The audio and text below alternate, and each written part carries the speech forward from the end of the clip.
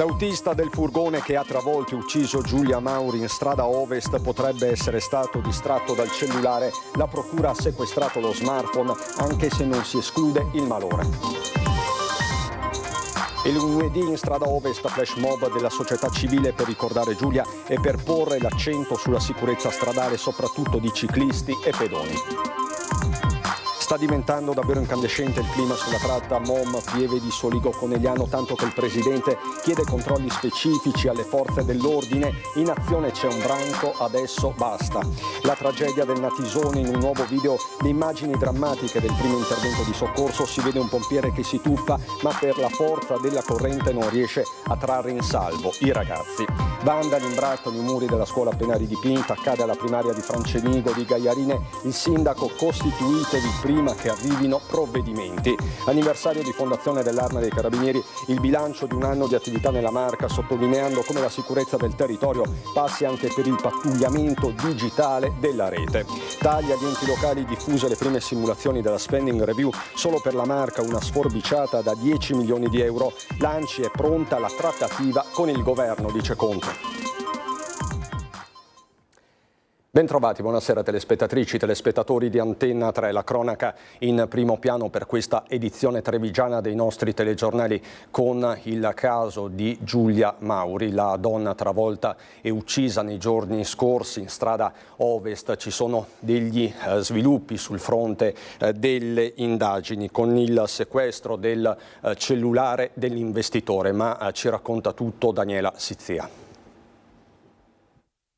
Il cellulare del 22enne alla guida del furgone che ha travolto ed ucciso Giulia Mauri sarà analizzato dagli inquirenti. Il telefonino del giovane è stato sequestrato. Si cercano indizi, prove per ricostruire il drammatico incidente avvenuto in strada Ovest all'incrocio con via Pisa. Fra le ipotesi, quella che l'investitore possa essere stato distratto, forse, dal cellulare. Ma non si esclude nemmeno un malore, anche se non sarà facile provare che il ragazzo, come avrebbe riferito un collega, possa essere stato colto da un malore improvviso e temporaneo che gli ha fatto perdere il controllo del mezzo, dal momento che questo non lascerebbe segni di tipo clinico. Fondamentali saranno le dichiarazioni, se vorrà farle, del 22enne che potrebbe spiegare cos'è accaduto in quel terribile momento. Il pubblico ministero sta anche decidendo di disporre l'autopsia sul corpo di Giulia, che potrebbe dare delle risposte sulla dinamica. Sotto sequestro ovviamente anche la bicicletta della vittima ed il furgone. Il giovane è stato iscritto nel registro degli indagati per omicidio stradale. È un atto dovuto, poi chiaramente si verificherà la dinamica. Le responsabilità sono tutte da verificare, ma proprio per poterle verificare occorre procedere a un'iscrizione nel registro degli indagati. Sottoposta ad analisi per verificare se fosse la guida sotto l'effetto di sostanze stupefacenti o alcoliche. Si cerca di dare una spiegazione ad una tragedia che ha lasciato l'intera comunità sotto shock. Giulia, in sella alla sua bicicletta, stava andando a casa dai genitori per pranzo, si trovava sulla pista ciclabile quando all'improvviso il 22enne ha perso il controllo del furgone, l'ha travolta e trascinata dentro il canale. L'ennesimo incidente mortale nella Marca, l'ennesima vittima. Sono tanti, sono veramente un'emergenza, ormai sono più di 2 anni che l'ho constatato, ma è molto più facile constatarlo che mettere in atto delle azioni che possano ridurli. L'appello del capo della procura a prestare massima attenzione alla guida, basta un attimo per strappare alla vita una persona. Si spera che un po' alla volta, anche facendo opere di educazione sui giovani, un po' alla volta il fenomeno si riduca. Non si danno pace i familiari di Giulia, chiusi in un dolore immenso, così come il fidanzato che sognava una vita, un figlio, un sogno che si è infranto in questo incrocio. Cordoglio per Giulia anche da parte della FIAB di Treviso, che annuncia per lunedì 10 giugno alle 13:20 in Viale della Repubblica un flash mob, ora e luogo in cui la giovane ha perso tragicamente la vita. L'obiettivo è esprimere vicinanza alla famiglia, ma anche sensibilizzare l'opinione pubblica sulla sicurezza stradale. Chiameremo a raccolta tutta la società civile e le associazioni per una ciclabile umana, così la definiscono, così si legge nel comunicato diramato nelle scorse ore dall'associazione. Parliamo adesso di un altro incidente mortale avvenuto a Treviso. Era il 31 dicembre 2020 quando un uomo venne travolto e ucciso da un'auto. Ebbene, dopo 3 anni le indagini sono state archiviate con questo risultato. Sempre Daniela Sizia. Stava guardando il cellulare Paolo Enrico Sordi quando iniziò ad attraversare la strada lontano dalle strisce pedonali. È questa la causa che ha provocato il drammatico incidente avvenuto lungo via Sant'Antonino il 31 dicembre 2020. Dopo 3 anni le indagini sono state archiviate. L'uomo alla guida della Toyota Yaris, una 60enne che ha travolto la vittima, non è stato ritenuto responsabile. Insomma, una distrazione del pedone che lo avrebbe portato a non accorgersi dell'arrivo della vettura. La perizia cinematica avrebbe confermato che Sordi sarebbe sbucato all'improvviso in mezzo alle vetture parcheggiate all'autostrada con gli occhi bassi sullo schermo dello smartphone. L'automobilista, che procedeva entro i limiti di velocità, non avrebbe avuto il tempo materiale per frenare e impedire l'incidente. L'uomo, ricoverato in ospedale a Treviso, morì 9 giorni dopo a causa delle gravi ferite riportate.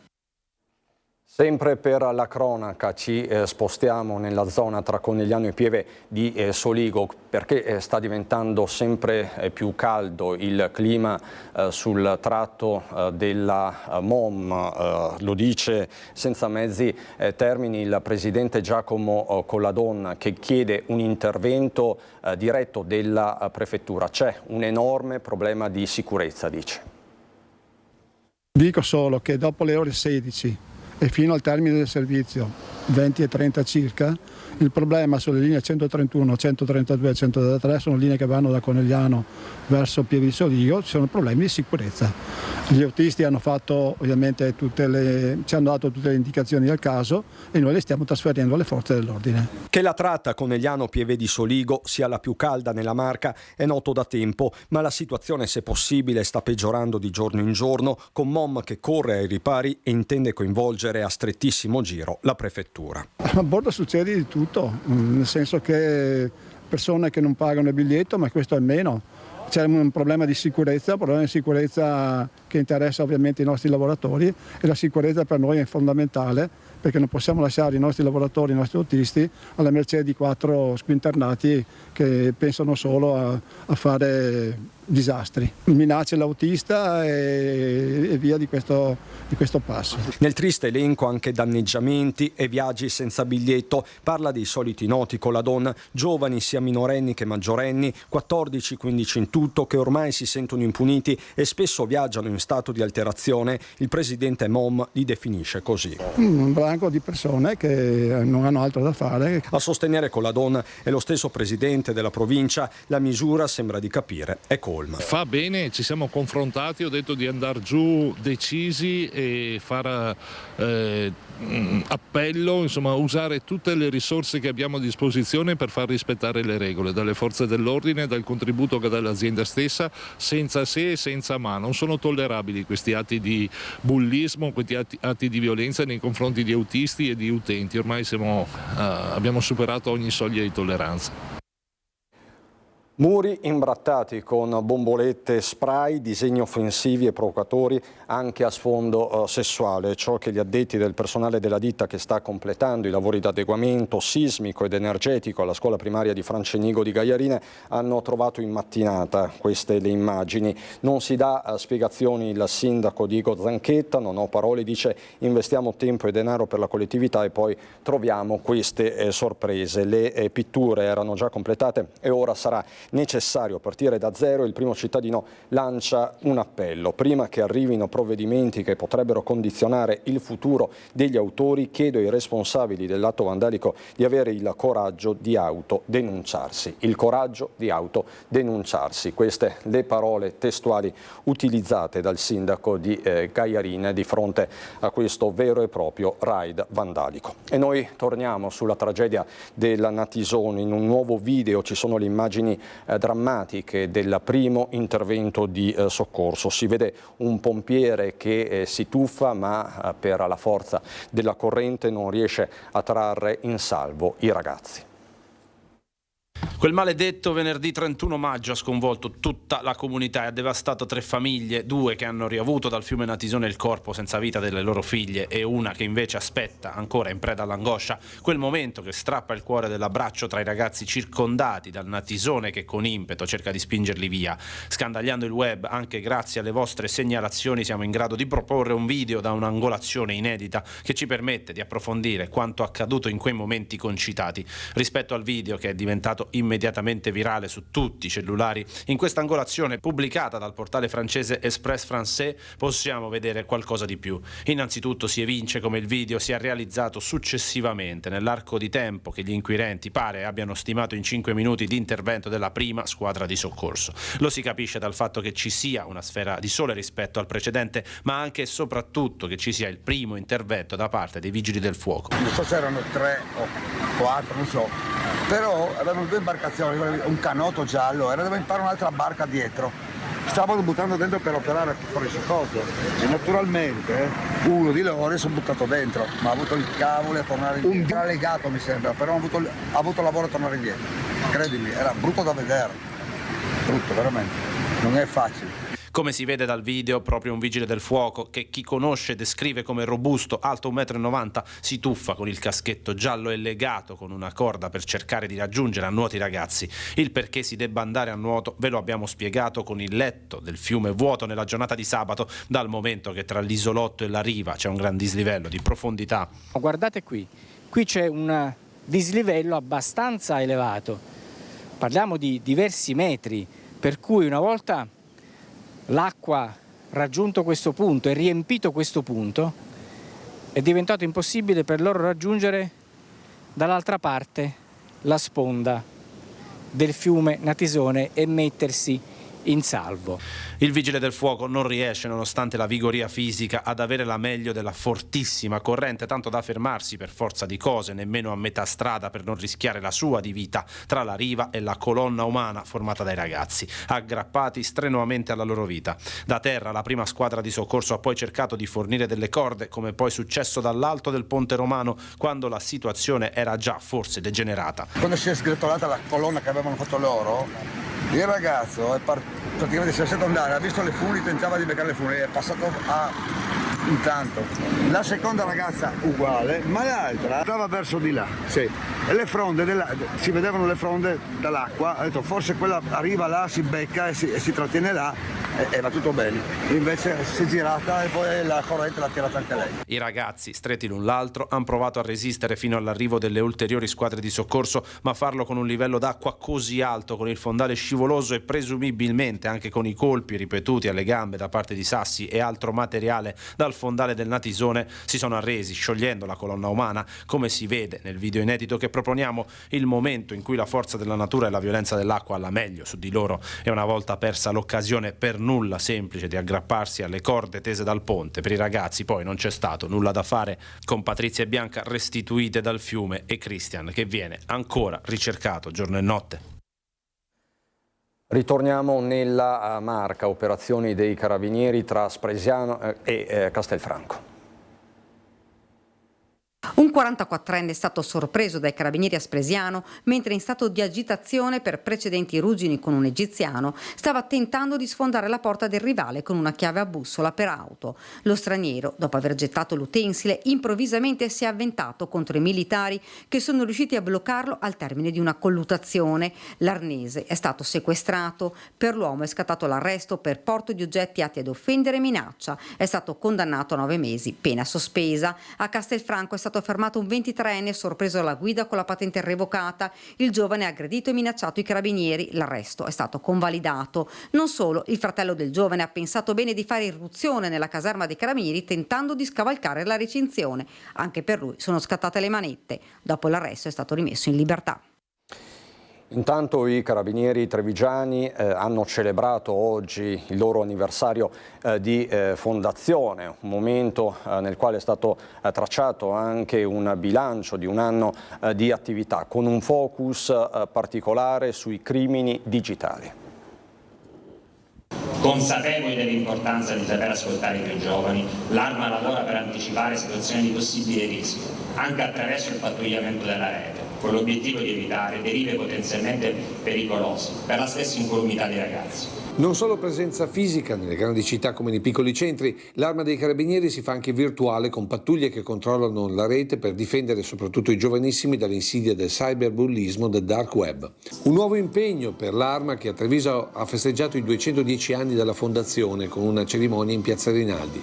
Presenti le massime autorità locali e dopo lo schieramento di Picchetto, Laberi e Gonfaloni è stata la volta dei messaggi del Capo dello Stato, del Comandante Generale dell'Arma, a cui è seguito quello del Comandante Provinciale, Colonnello Massimo Ribaudo, che ha elencato così un anno di attività dei Carabinieri di Treviso. 34.870 servizi di prevenzione svolti con oltre 70.000 militari complessivamente impiegati, 123.300 controlli operati su strada con oltre 151.500 persone identificate, oltre 198.000 le chiamate d'emergenza giunte sull'utenza 112 presso le centrali operative dei 5 comandi di compagnia, 5.206 le persone deferite in stato di libertà alle competenti autorità giudiziarie, mentre sono 2.337 i soggetti denunciati nei primi 5 mesi dell'anno corrente, 361 le persone tratte in arresto, di cui 154 nei primi 5 mesi dell'anno 2024, 1.085 gli incidenti stradali rilevati, di cui 29 mortali, oltre 5.470 studenti e insegnanti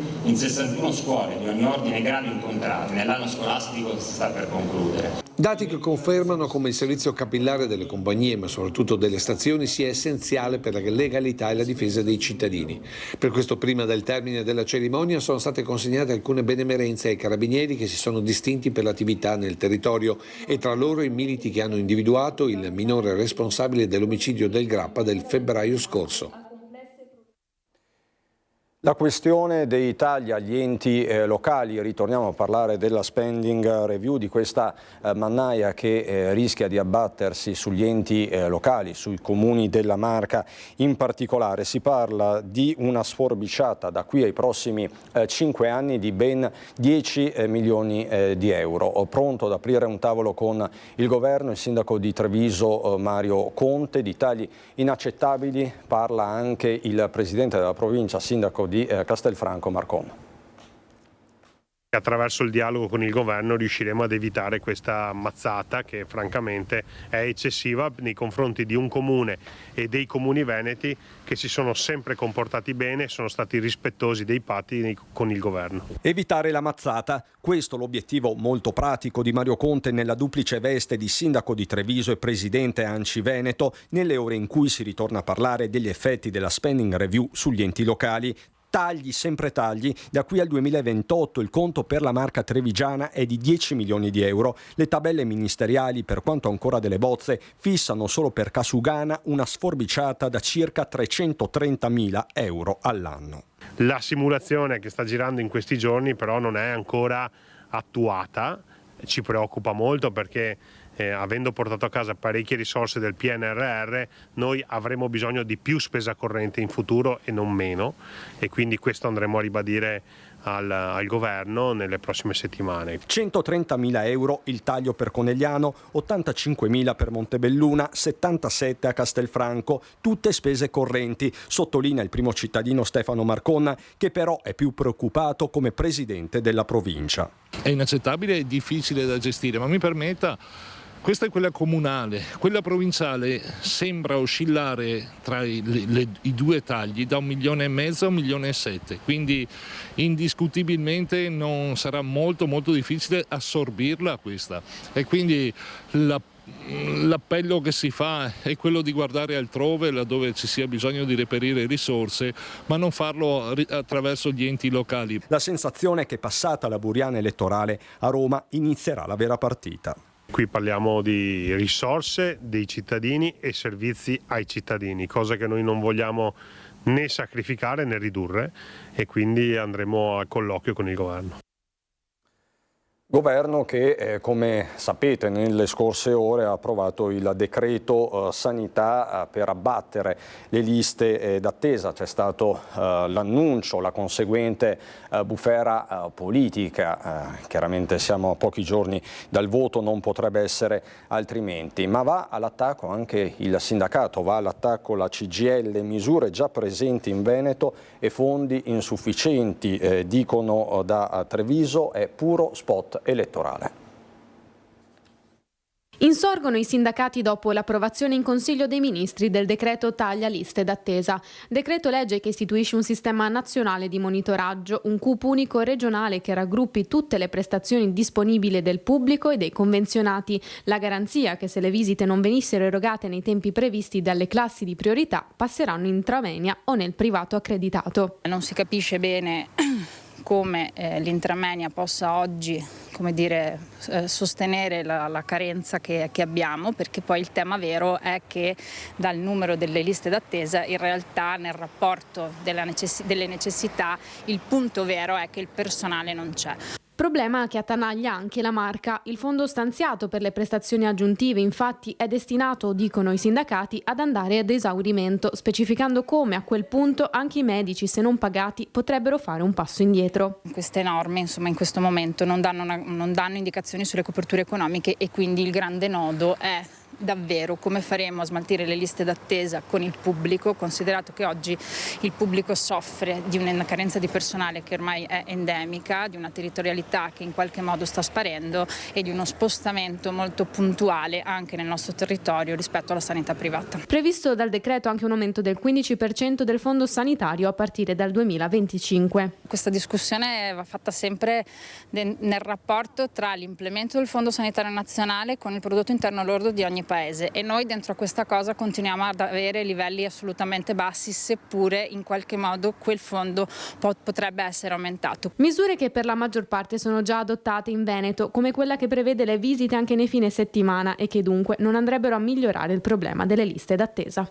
O il governo decide di metterci seriamente le risorse in maniera importante o rischiamo di non vorremmo dirlo, di pensare che questo sia un provvedimento che in qualche modo nasce dentro una dinamica di spot elettorale. Dalla sanità ritorniamo ai temi del TPL e del trasporto pubblico locale con il nuovo servizio bus a chiamata che dal 10 giugno partirà in via sperimentale a Villorba.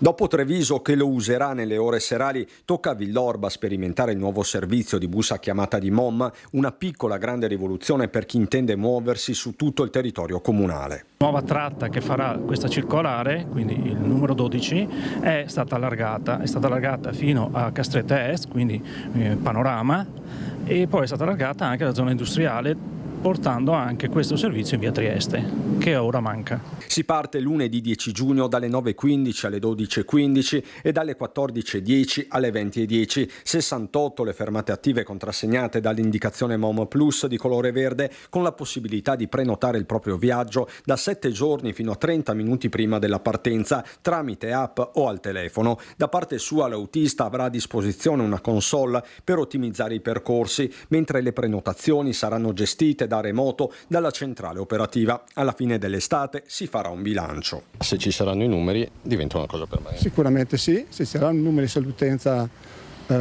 pensa che questo sia un servizio adatto alle loro esigenze, continueremo e anzi lo estenderemo in altre parti del territorio provinciale di Treviso. Entro un mese intanto MOM con lo stesso servizio intende approdare a Vittorio Veneto, una scommessa dunque. A Villorba il comune è pronto a distribuire 500 biglietti promozionali gratuiti. Daremo ai commercianti, quindi al rappresentante di quartiere dei commercianti, questi biglietti da dare alla popolazione, in maniera che venga distribuita in tutte e 4 le frazioni. Non solo, il pubblico più anziano sarà supportato con dei veloci corsi per l'utilizzo dell'app, mentre si riorganizzano gli spazi per la fermata in Piazza Carità. Anche qui i lavori dovrebbero iniziare a stretto giro.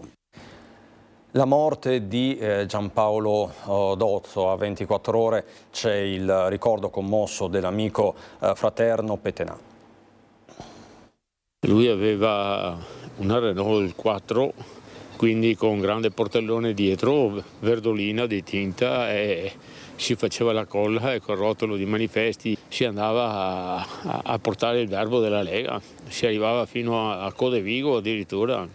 Eravamo ogni sera fuori. Quando all'epoca per farsi conoscere serviva essere in prima linea, Fulvio Petenà ricorda l'amico e compagno di mille avventure, Giampaolo Dozzo, stroncato da un malore ieri mattina nel suo giardino di casa. Cresciuti insieme a Quinto, la scuola, lo stesso campetto da calcio, lo sci club. Un testimone autentico, Dozzo, della storia del Carroccio trevigiano. Lui è gobbo e a seguire, una volta non era la Lega di adesso che è facile trovare qualcuno che entra o perché è di moda o perché c'è qualche prospettiva futura. A quegli anni là, 30 anni fa, essere della Liga, cioè si veniva additati in giro dal paese, dalla chiesa, dalla cultura, dalla scuola, non era facile. Davanti alla sede di Quinto di Treviso, dove è partito tutto e dove Fulvio si lascia andare ancora una volta ad un momento di commozione. Paolo mi ha trascinato, per essere onesto, in questa meravigliosa avventura. Dozzo era l'uomo chiamato a risolvere i problemi, raccontano di lui. Ha reso, spiega il segretario attuale del Carroccio trevigiano Dimitri Coin, Treviso, la provincia più leghista d'Italia. Lui, se non ricordo male, non si iscrisse, non accettò il passaggio in automatico alla Lega per Salvini Premier. La sua grande coerenza evidentemente mi ha fatto pensare che la sua casa fosse la Lega Nord e se diventava qualcos'altro, se comunque veniva comunque modificata, non era più la sua. Venerdì, nel giorno dell'ultimo saluto a Giampaolo Dozzo nella chiesa parrocchiale di Quinto, è certa la presenza del ministro Giancarlo Giorgetti. Non si esclude anche quella del segretario della Lega, Matteo Salvini. E della politica di questi giorni, a ridosso del voto, torneremo a parlare subito dopo la pubblicità. Andremo a Vittorio Veneto e Mogliano in particolare, fra poco.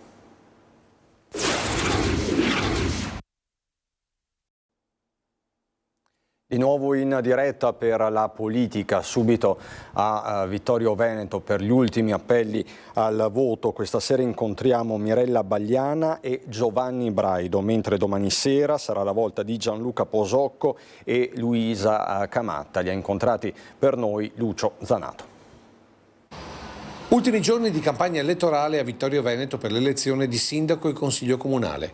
4 candidati per il passaggio di testimone con l'attuale primo cittadino Antonio Miato.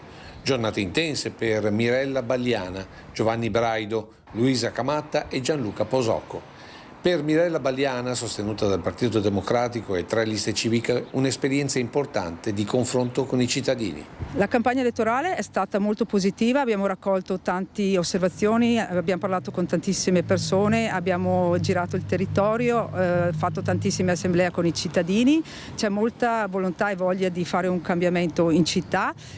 L'unica cosa, forse abbiamo parlato poco di responsabilità politica amministrativa. Ecco, noi ci assumeremo la responsabilità di guidare la città per i prossimi 5 anni. Concetto simile per la campagna elettorale vissuta da Giovanni Braido, sostenuto dalla Lega, da Fratelli d'Italia, Indipendenza Veneta e 2 civiche. È stato entusiasmante, ho incontrato cittadini che mi hanno chiesto varie cose, mi hanno fatto vedere luoghi che diciamo anche potevano non essere conosciuti, ma diciamo sinceramente poi il contatto con la gente è stato molto importante, molto interessante, perché ti chiedevano, volevano qualcosa, vogliono un cambiamento, vogliono dinamismo, vogliono una città, un'amministrazione che si curi di loro, e questo mi ha entusiasmato.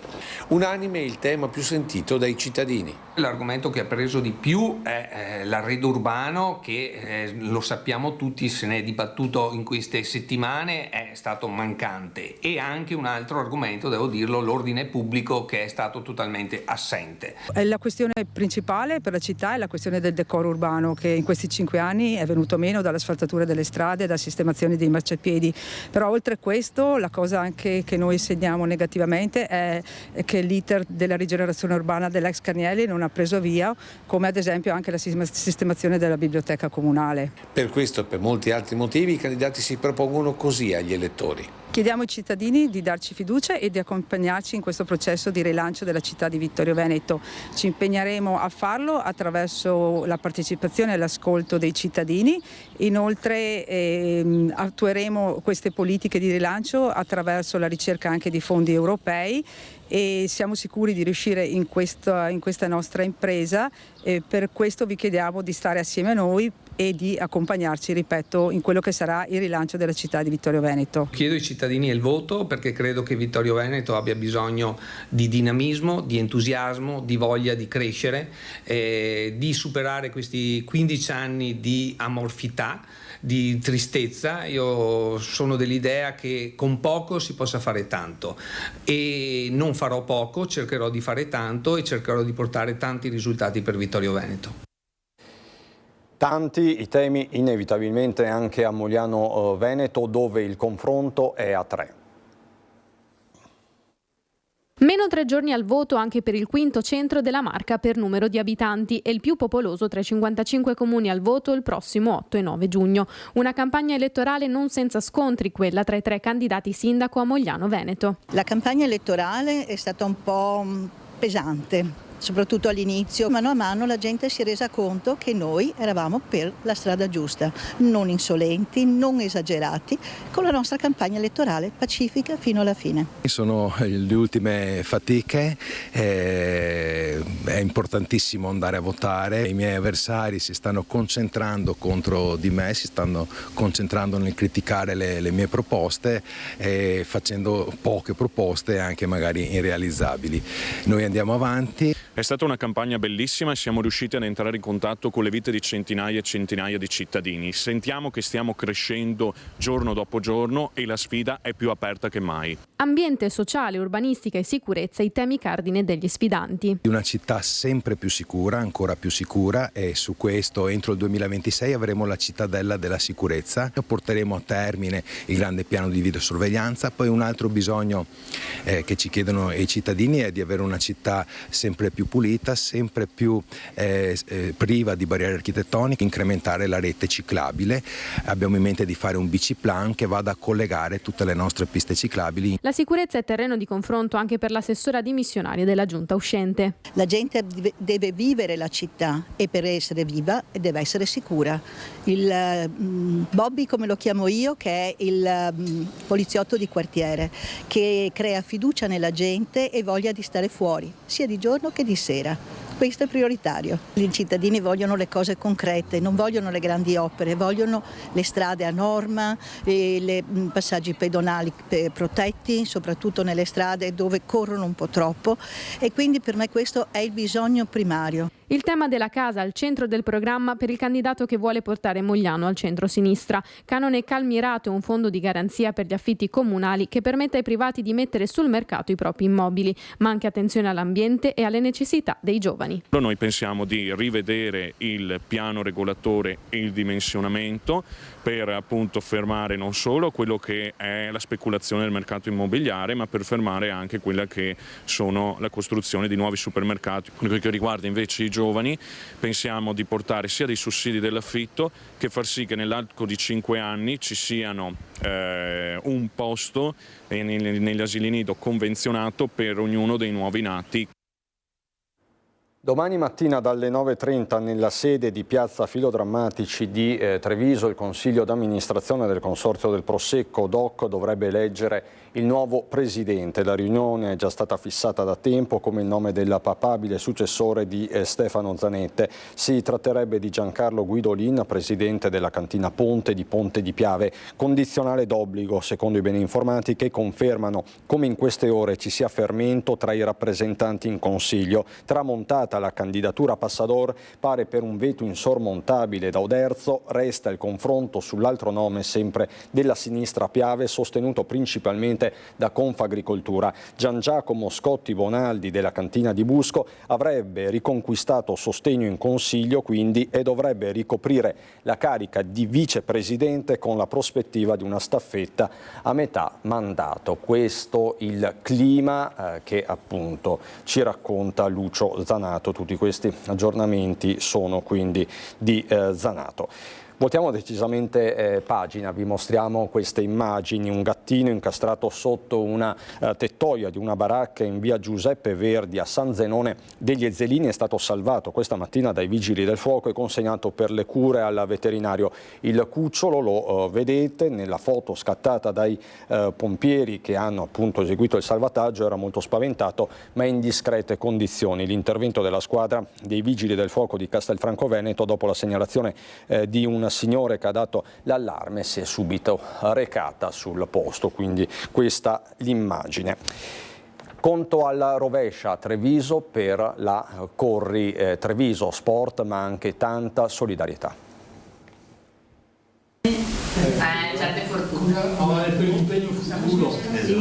Maglietta pronta, ora servirà a scaldare i muscoli e aprire il cuore, perché la Corri Treviso è soprattutto solidarietà. 34esima edizione, 10 km e la cornice sempre affascinante del centro storico di Treviso, con un percorso che toccherà gli angoli più suggestivi della città. Partenza e arrivo in Piazza Duomo, sulle strade del capoluogo. Dal 1990 ad oggi la Corri Treviso ha portato in città leggende come Francesco Panetta, Alessandro Lambruschini e Geni di Napoli. È l'anello di congiunzione ideale sull'attività su strada, per il semplice fatto che è organizzata da persone assolutamente capaci che gestiscono al meglio una gara che di anno in anno cresce sempre di più. Rispetto alla scorsa edizione, la 34esima ha delle novità. Abbiamo inserito Viadotti, Piazza Rinaldi, Piazza San Vito, quindi questi sono gli scorci, le novità che abbiamo inserito nel percorso, poi abbiamo circa 600 iscritti, quindi ci stiamo avvicinando al record. L'evento è un evento bellissimo che sosteniamo da tempo, per cui orgogliosamente quest'anno sosteniamo la parte sportiva e poi questo evento che valorizza anche degli scorci della città meravigliosi, esalta ancora di più la bellezza del nostro territorio. Si corre per loro, per la ricerca contro il cancro, con la LILT e per Avis, l'Associazione Italiana Donatori di Sangue. Ogni anno in Italia, parlo di tumore al seno, si ammalano di nuovi casi 58.000 persone.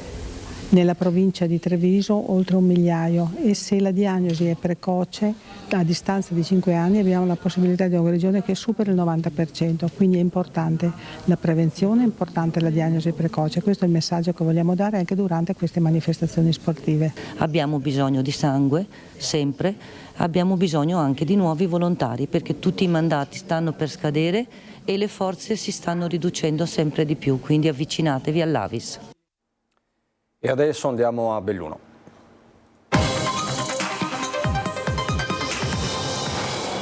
Schianto mortale in Val Fiorentina, a perdere la vita un motociclista tedesco che si è scontrato contro un camion. L'incidente è accaduto attorno alle 14:30 in Val Fiorentina tra Selva di Cadore e Caprile e non ha coinvolto altri mezzi in transito. L'allarme ha mobilitato l'equipaggio del su M118 di Pieve di Cadore. Ai sanitari non è rimasto altro che constatare la morte dell'uomo. I vigili del fuoco della caserma di Agordo sono stati chiamati per il lavaggio della sede stradale. Il traffico è rimasto bloccato a lungo sulla provinciale per consentire l'intervento dei sanitari, dei vigili del fuoco e di tutte le forze dell'ordine. Così dunque nel pomeriggio tra Selva di Cadore e Caprile. L'Arma dei Carabinieri di Belluno ha celebrato oggi il suo anniversario. Per noi c'era Tiziana Bolognani con Stefano Bozzi.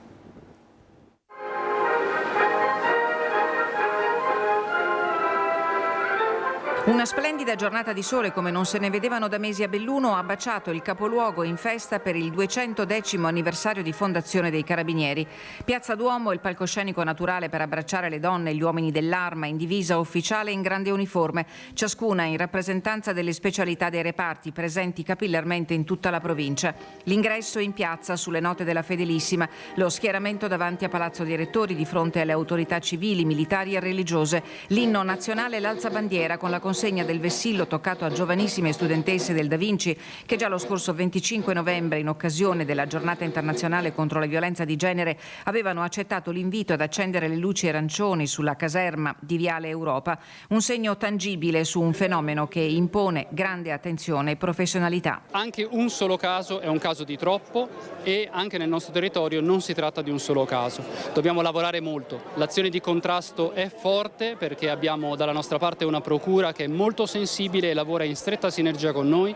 Dobbiamo lavorare ancora di più, molto di più, sulla prevenzione e sulla cultura. I dati del 2023 parlano di un aumento del 35% di arresti per un complessivo numero di reati perseguiti pari a 4.200. Con determinazione è stata affrontata la lotta ai furti e alle truffe, così come il contrasto all'uso e allo spaccio di stupefacenti. In aumento del 10% i reati legati alla violenza di genere, 190 quelli perseguiti, 29 dei quali per presunte violenze sessuali.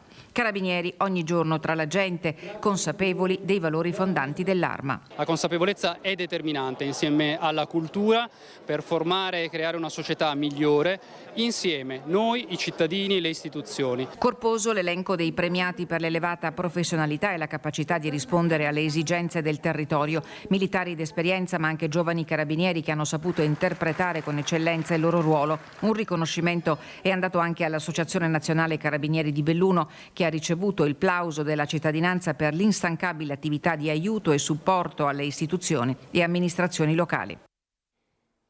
Il decreto autovelox, diventato legge dello Stato, potrebbe essere il primo atto di una preoccupante deriva antisicurezza per la comunità del territorio bellunese. Lo dice oggi il presidente di Legambiente Veneto, Luigi Lazzaro, che si sofferma in modo particolare sul caso emblematico dell'autovelox a Piezza, vicino al Passo Giau, che al comune di Colle Santa Lucia ha fruttato oltre 700.000 euro derivanti da sanzioni per eccesso di velocità. Ora anche quel sistema di controllo è stato dichiarato non omologato e la situazione lungo i tornanti del passo mette a rischio i residenti, soprattutto durante la stagione turistica. Legambiente Veneto in queste ore si è schierata con il sindaco Frena e con tutti gli amministratori che vorranno accogliere il suo appello per un confronto con il prefetto di Belluno per trovare una soluzione, perché è indubbio che con la nuova legge i sindaci siano limitati nell'esercizio della tutela della sicurezza dei propri cittadini. Così dunque Legambiente.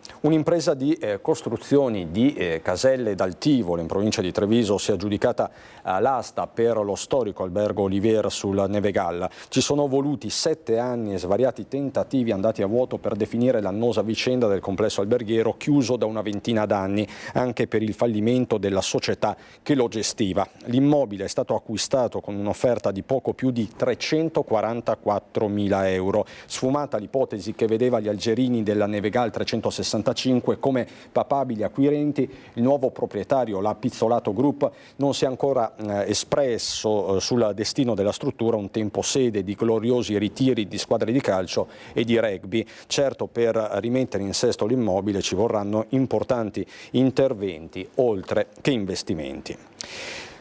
E andiamo in città Belluno, perché si è concluso a fine maggio il monitoraggio eseguito da una società esterna sul traffico e la sosta nel capoluogo dolomitico, tutto finalizzato a rendere la città, il capoluogo, una città dalla mobilità sostenibile. I dati delle rilevazioni saranno disponibili per la metà di giugno.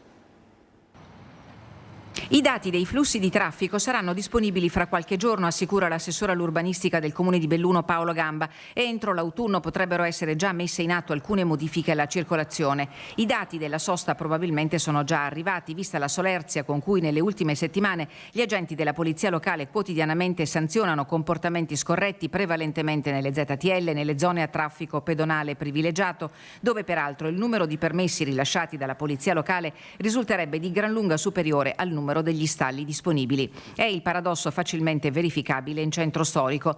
I controlli avvengono in orario di lavoro degli agenti, cioè fino alle 19, anche se vi è la facoltà di estendere il servizio per casi specifici fino alle 22. Se in quelle 3 ore di una qualsiasi serata della settimana fossero sanzionate tutte le auto che impunemente sostano tra le fioriere di Piazza Duomo, in via Matteotti e in ogni buco libero del centro storico, financo davanti alla gradinata di Palazzo Rosso, c'è da scommettere che in breve tempo si risolverebbero i problemi di budget per la manutenzione stradale.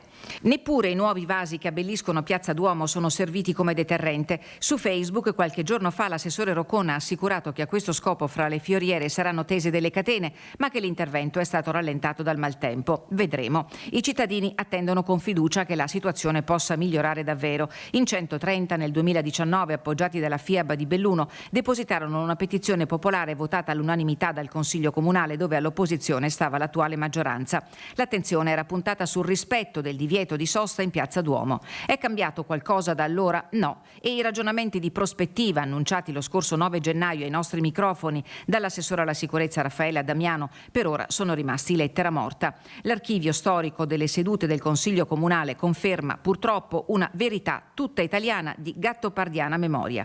Tutto cambia perché nulla cambi. Quello che noi vediamo quotidianamente, ai noi, in Piazza Duomo, sia sintetizzabile in altre due parole: anarchia, e tutto sommato, lo dico da cittadino di Belluno, anche vergogna.